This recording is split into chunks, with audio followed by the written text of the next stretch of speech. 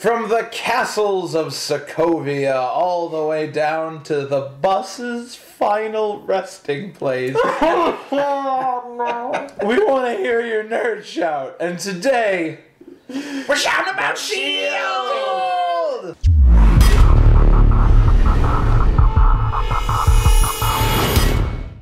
Hey guys, Kevin Becker here, and I am going to initiate our very own Theta Protocol. It's time to call in the nerdSHOUT team. Theta Protocol, activate. Hey guys, it's Demetris Hartman. I'm wearing a hat. There was a new episode of Agents of S.H.I.E.L.D. Let's fucking talk about this episode, because it was nuts. Hey gang, Mark Cirillo here, and I think it would be called a Theta roll call.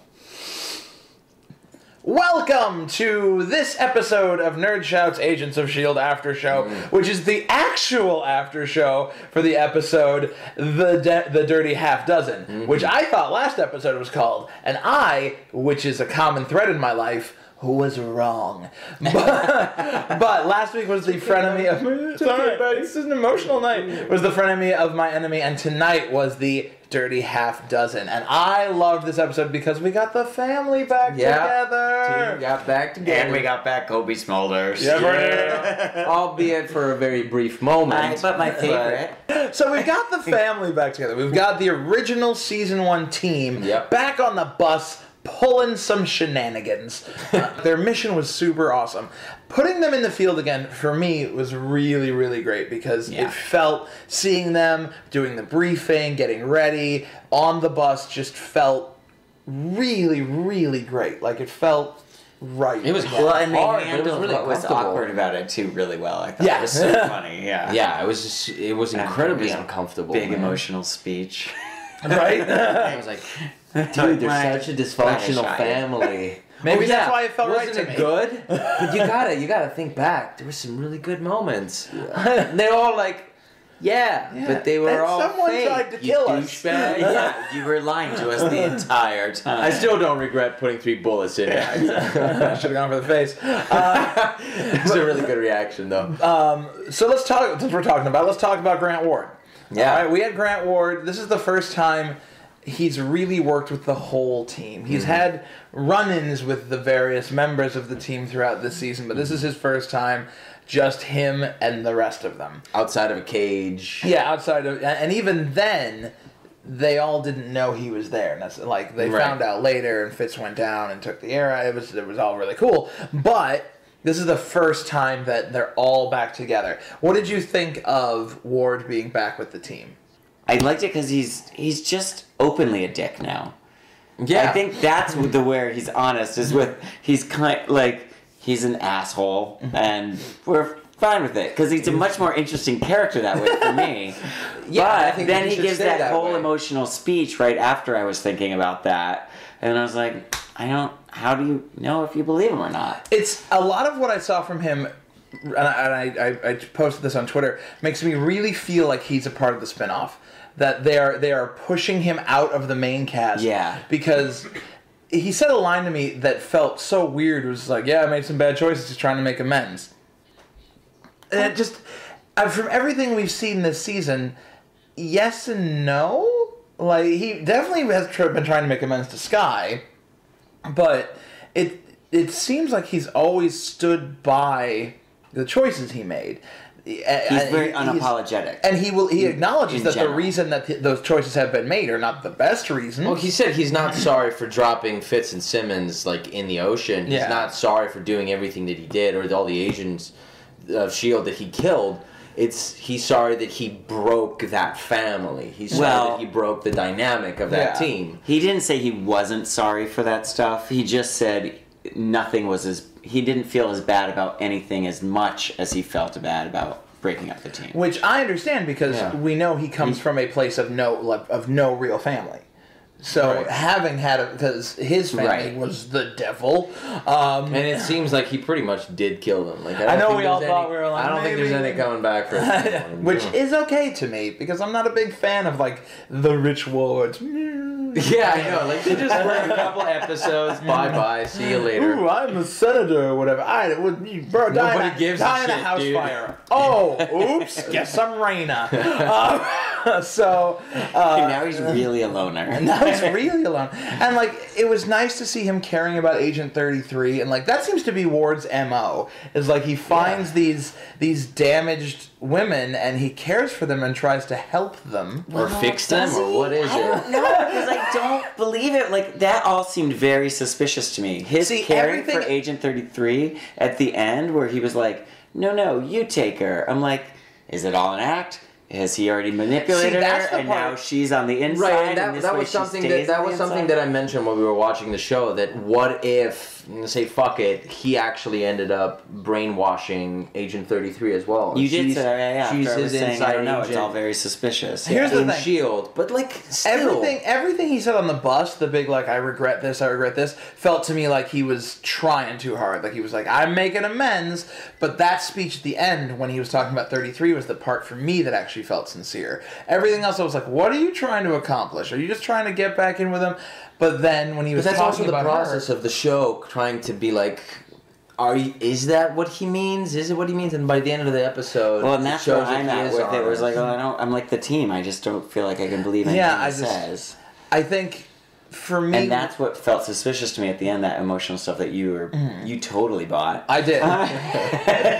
Sucker for feelings. I was like, at that point, I was thinking, this could be all another trap. That's why I always have to have like a guardian with me, because I will get in the back of a van. Like I just of the galaxy, please for candy. I always want a Groot on my side for Marvel toys. Laffy Taffy. I love Taffy.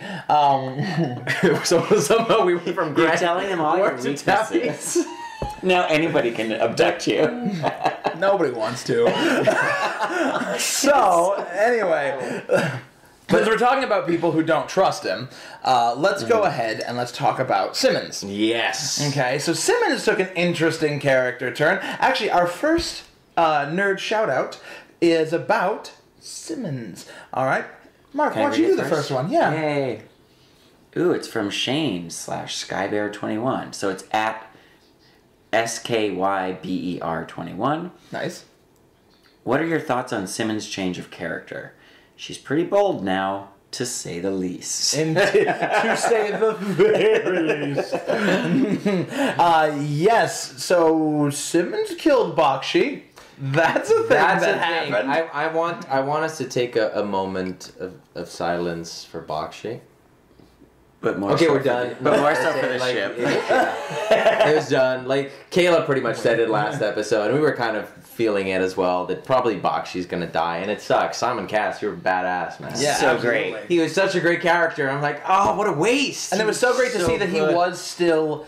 He was just going with the plan. It was so... but it was and just... it also happened so fast. Yeah, it happened really fast. It was like... It was pretty much the exact same thing to happen to Trip. Yeah, it was so very quick, and that's what sucked. Yeah, it kind of had the same out. Yeah, it was unexpected, but it was ironic that he sacrificed his life to save Ward. We were saying before the episode, we were like, "Oh, is Ward gonna die this episode?" Yeah.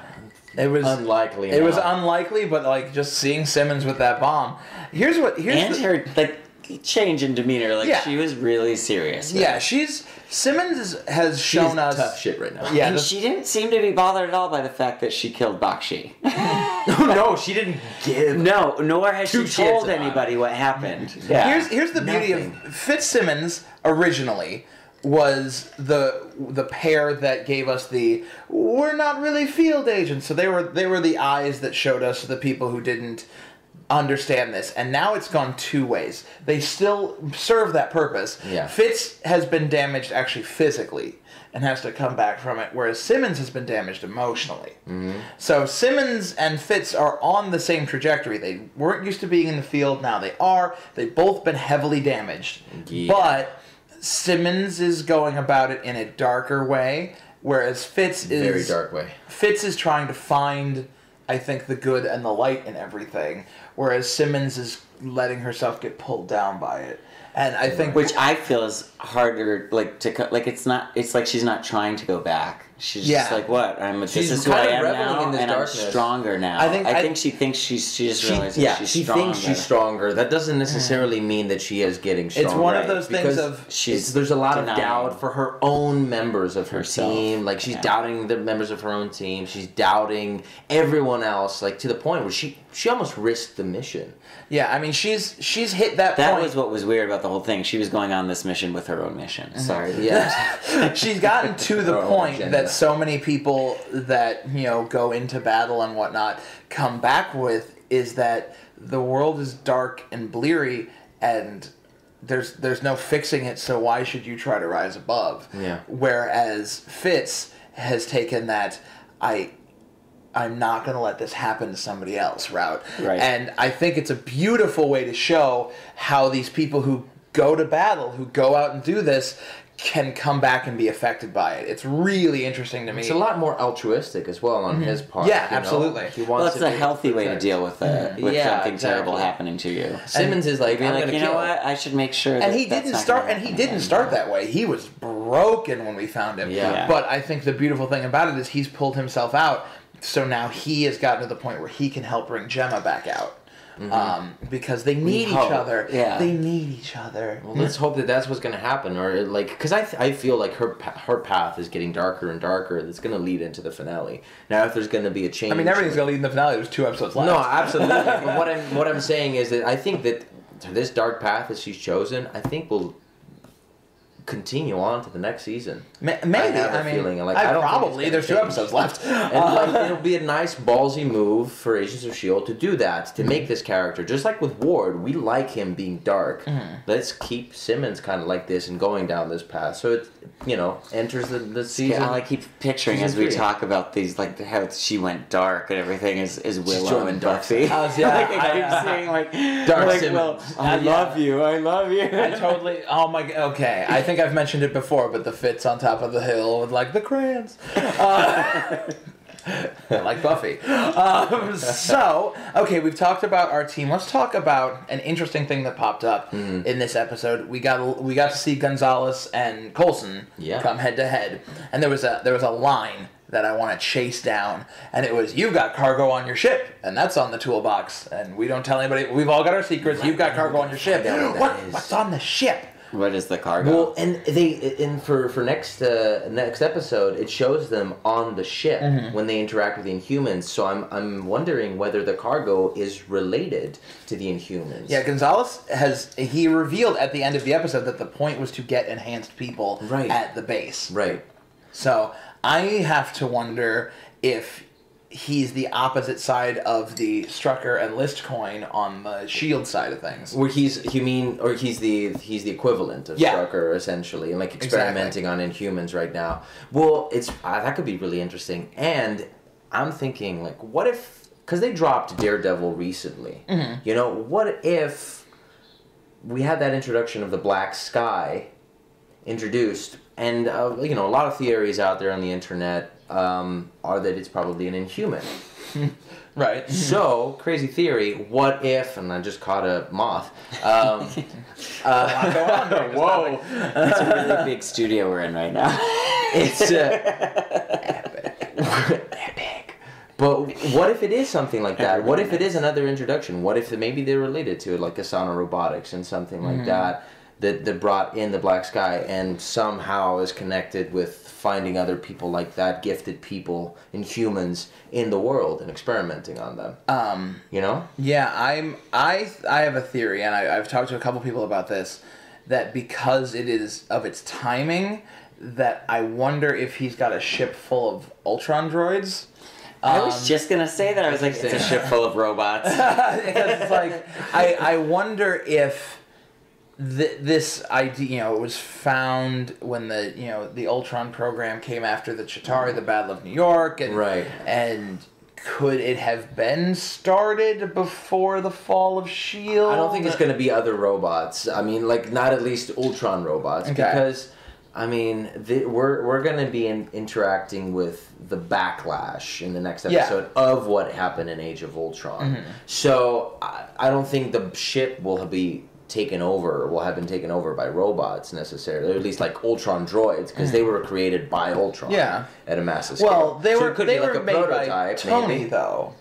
They were made by Tony and Bruce. Yeah. So I mean, I don't know. That was what I was thinking. I had pulled up the Twitter box earlier because we actually had a comment about this, and actually you did this one, so you can do this one. Absolutely. Yes. That leads on to more discussion of Gonzalez. And so, okay, awesome, great name. Fantasia Wise at FantasiaWise1 says at nerdSHOUT, so Gonzalez now knows Fury is alive. What do you guys think is going to happen?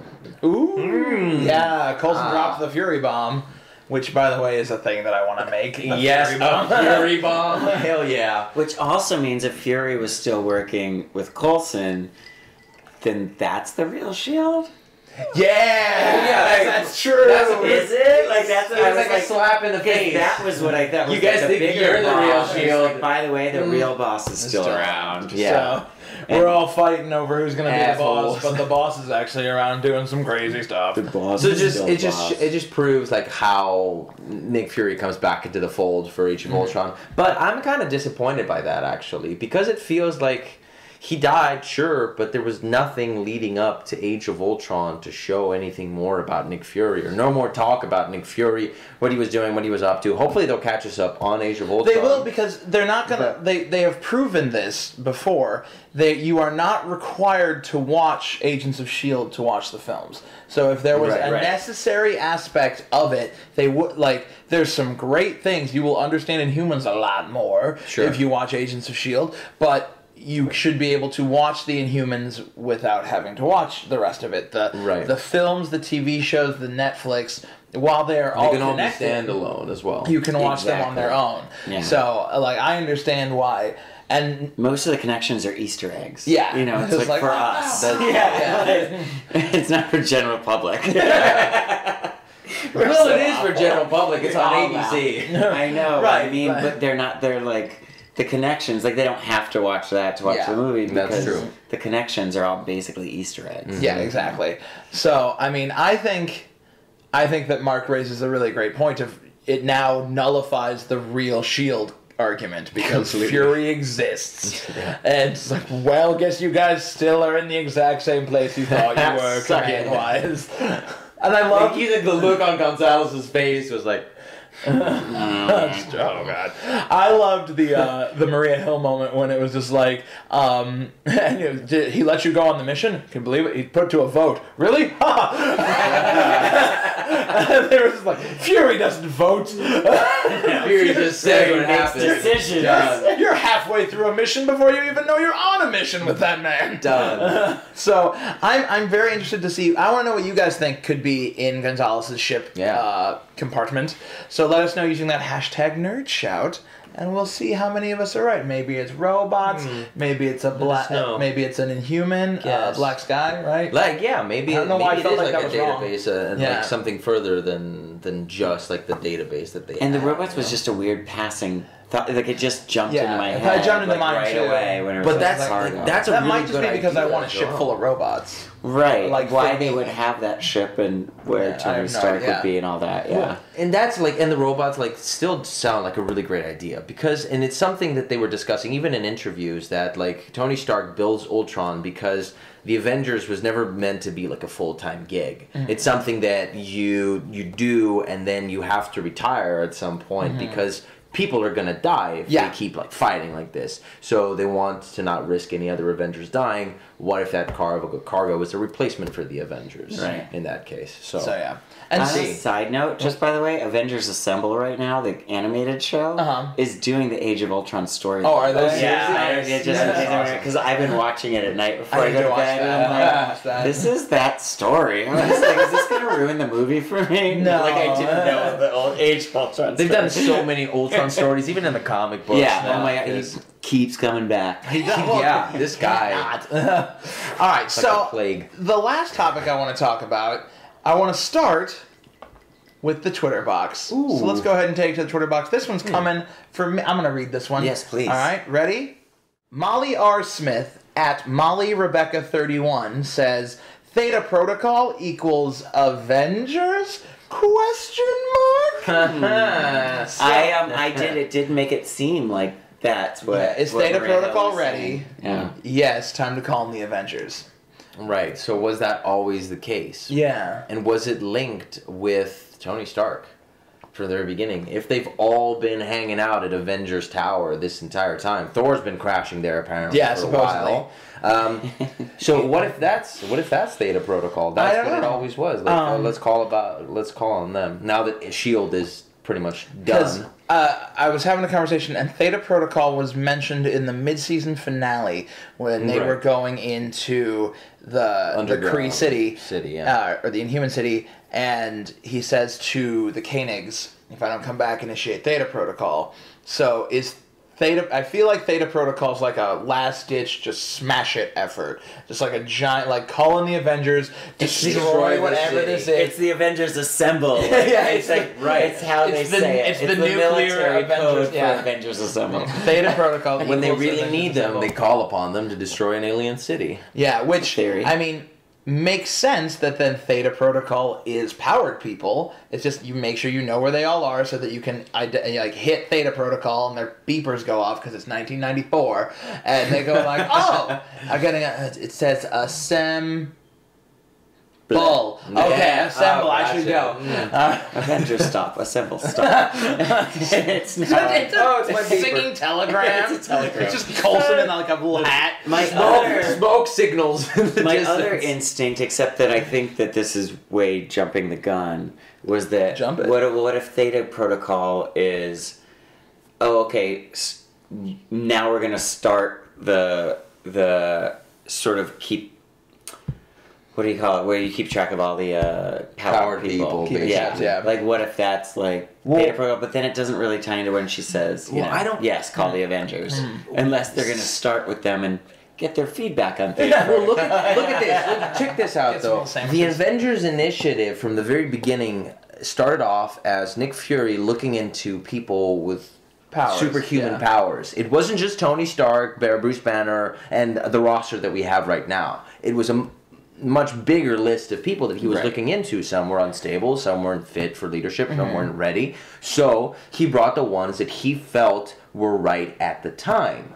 So what if the Theta Protocol is about other superheroes, other heroes out there that he's already looked into, he already knows of their existence, and is talking about the Civil War and about Infinity War and expanding the roster, because the roster is going to change. Right, it always has. Like bringing up the people that are ready to be join the Avengers. Right.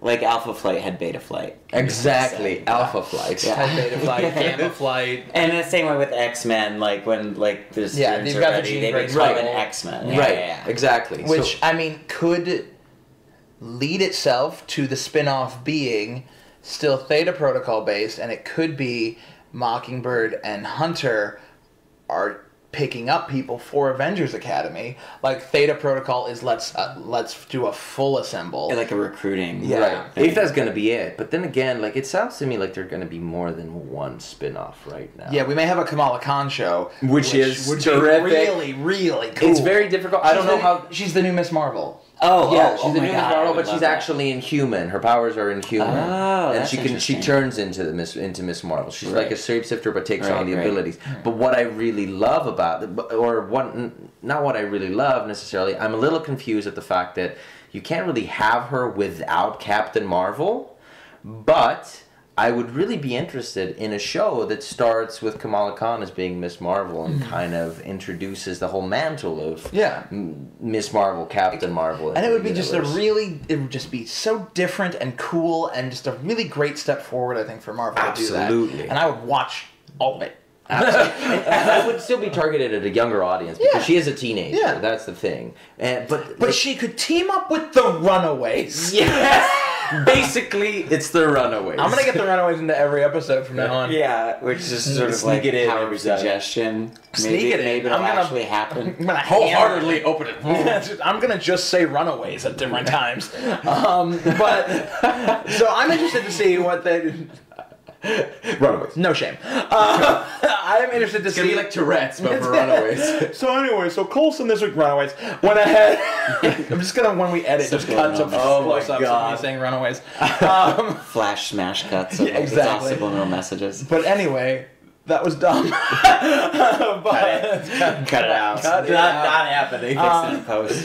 But the Theta Protocol is an interesting thing. So I will be intrigued to see if it's just calling in the Avengers, if it is the military code for Avengers Assemble, or if it's building up something more. Like, call in the Avengers, let's get the stuff, let's build what we've got. Mm-hmm. Mm-hmm. What I'd like to do next is our shout-outs this week. I thought we'd do something a little bit different. Instead of bringing out a question... What? I'm crazy. Instead of bringing out a question, this was such a great episode. We had some really, really cool responses. So I picked out a few responses to this episode that I wanted to read to you guys, because it's not just about asking questions. I also love to hear what you guys think about things. So every once in a while, I'm just going to switch it up. We're going to hear from you guys, because that's what it's about. So these are like the live tweets? These are for the live tweets during the episode. From the Twitter box? From the Twitter box. This guy. We're friends. I'm out. Say Twitter box more. Twitter box. From the Twitter box. So the first one comes at us from Jared Waters at JWaters1. And Jared says, Agents of S.H.I.E.L.D. took some Daredevil inspiration and pulled off an impressive one-shot fight scene with Quake/Skye. Loved seeing her powers. All right, I loved that. We discussed that too. You was said the same amazing. thing. Yeah. I loved it, because anything that's a one-shot is phenomenal. We were talking about it. Like I said, I lost my shit when the Daredevil one-shot scene happened, and this was so masterfully done. I mean, I think that they shot it like slowly and then sped it up. That's like the editing process. But what blew my mind though too is like there's so many gunshots in it, and I was like watching, and I'm like, huh. She was on her spy mode. Yeah, full spy mode. And it's great to see her in that mode now. Like, she's got control over her powers. She knows how to be a soldier. It's just like Skye. Well, it was interesting because the motivation was so strong too. Yeah, yes, like, that's what it was Lincoln. Yeah. So it means that they are, I think, going for a bit of a relationship. She brought him back to life. I mean, so I think we're going reaction. Yeah, exactly. Were we doubting that? I didn't know we were doubting that. It's not that we were doubting it. It's just that question of like, is the chemistry between her and Lincoln as strong, or like, is he more kind of leaning towards Raina? But right now, and where was she with it? Yeah, so. Fair. Exactly. And now we know where she is. Yeah. There is that other question that if it wasn't for Raina, Skye wouldn't have gone to save Lincoln in the first place. She wouldn't have known where he is. Yeah. So there's also that comes into play. Because we don't know if it's... Raina had such an amazing, and I'm going to come back to this in a second. Raina had such an amazing ending at this episode when she had the whole... seer moment where she saw the Age of Ultron happening, and like I told that a few episodes ago. Yeah, she got to see the movie before we did. What? Damn you, Raina. But I'm also very excited. That does remind me. I'm very excited to see the now relationship between Jiaying, Cal, and Raina, because Jiaying and Cal talk about Raina, and he says you gotta watch her, and Raina has that moment with her being like, maybe you're not the one who should make the decisions around here anymore. And is Raina gonna start, like, we've got the superhero Civil War, and then Raina's starting the Inhuman Civil War, and then there's the S.H.I.E.L.D. Civil War over here. What's gonna happen from that? Like, is she gonna change? Yeah. Or also I think Raina might kill Skye's mom to get back at Skye. Yeah, not just to get back at Skye, but to get back at at Cal. Yeah. How many times must this woman die? She can never die. See, the thing is, her weakness is thorns. The next Twitter box. Is it? What? No, you're just getting I'm literally just making things up. Okay. Like, what? The next reaction comes from our friend Fred DeRose at New York Jets _Mets for life, but without an E. And Fred says, Skye was so badass this episode. The fighting, shooting, and the powers, it was Avengers-esque. Keep it coming. Yes. I agree. Oh my God. It was so cinematic. That and the destruction of the bus and everything that came right after that were the two best moments of the whole episode. Like, yeah, I know. I know, Kevin. The bus. No, Kevin. Here's what I'm gonna do. It's okay. I know sometimes we ask you guys a question and we say, who would win in a fight? This person or this person? What do you think is in this crazy box full of superheroes? Whatever it may be. This episode, here's what I want you to do. Write a eulogy for that. I want you to tweet me your favorite bus memory using hashtag RIPBus. Yeah. All right? Because, you know were what? useful while you lasted. It was a really important thing to a lot of people. And then they blew it up. And we loved it. I'm emotional right now. Even though, like, a lot of the problems about the first half of the first season was because they were stuck in that bus for too long. The entire time. The bus was the cocoon that made them into a butterfly. Sort of, it also represented, like, the death of the family. It did. Because they're all, what Ward was saying is, like, I broke up the family, and, like, well, that was kind of a symbol of the family. It's all gone now. Yeah, it's like the Jason Todd died. Never to be put back together again. Never to, no. Until they do. Until they put it in the Lazarus build pit. a new one. Sorry, that's Arrow. Dude, Fury's gonna be pissed. I forgot he told him not to break the bus. At the beginning of season 1. Don't break my plane. Because it's so expensive. And they've got like $6 in the S.H.I.E.L.D. budget right now. Yeah. And was he in on the plan? Fury? I don't think so. Or do they? Because Fury clearly allocated some funds somewhere else. He's probably been living a high life. I mean, let's not pretend like Tony, when Tony finds out Coulson's alive, he's not going to be like, I'll build you 40 buses. I'll spend all my money on you because I love you. Maybe that's who he's meant to be with, Coulson. Coulson? Yeah. Maybe. That's why he just keeps sleeping around, because he can't accept that he's actually in love with Coulson. That's like weird-ass fanfic right now. This one got away from me. Yeah. But anyway, that's your other mission, to find that fanfic. Just send tweet it to Mark at markcirillo.com. Yes, this is good. Don't do that. I do not want to see it. There you go, guys. Anywho, thank you guys so much for hanging out. Make sure you keep sending us those questions. We are so excited. Age of Ultron, I'm seeing it on Thursday. If you are in Europe and you have seen it, I hate you. And we will be okay, but I'm going to need some time. In all honesty, you guys are lucky and blessed, and we're going to get it eventually. In 2 days. 2 days. That's all. We will talk to you about Age of Ultron once it has happened, and we will. By the time this episode is up, it's probably going to be Age of Ultron time, anyways. So yeah, we tip our hats to you guys. And if guys. I'm not filming, we'll go to. We'll all see. We're going to see it. Like that being said, also though, if you have seen Age of Ultron, only comment Age of Ultron things, but not spoilers. Hold on. That was what I was about to say. Only comment Age of Ultron based comments on the Age of Ultron video that will eventually come out. Okay. I have had to go through and get rid of a couple spoilers on our Agents of S.H.I.E.L.D. topics, and that's mainly because I don't like spoilers. I know a lot of people want to know the stuff before they go in, and there's theorizing, and that's fine. I like to go in as blank as possible. I love watching the trailers. I love theorizing based on that, but I don't like to know the answers. And I know a lot of our community is split that way. Some people love to know it, some people don't. But I want to build that respect for either side. So once we put out the Age of Ultron videos, we're gonna do spoilers, and that's a spoiler all over the comment section. Yeah, all right, but that's what she said. No, it's not. So dirty. That's what Ultron. I don't know what sounds dirty, so I'm sorry. Oh. I am a delicate flower. So. Oh my god, I love this episode. This is great. Don't. So please send us all of your thoughts. Tweet us using that hashtag nerdSHOUT. You can find all of us. Please also tell Keyla how much you missed her. Keyla, we love you. We'll see you next week. She was unfortunately not able to be here because of work and things, but she's awesome, and we can't wait to not only have her next episode, but also to have her back here in person very, very soon. Keep tweeting her. It'll be amazing, because then she'll be able to sit here and keep us on track. Mm-hmm. So I'll be able to get all of it. We have to widen the frame. Not that much. Well, I meant for Keyla, us. he said it.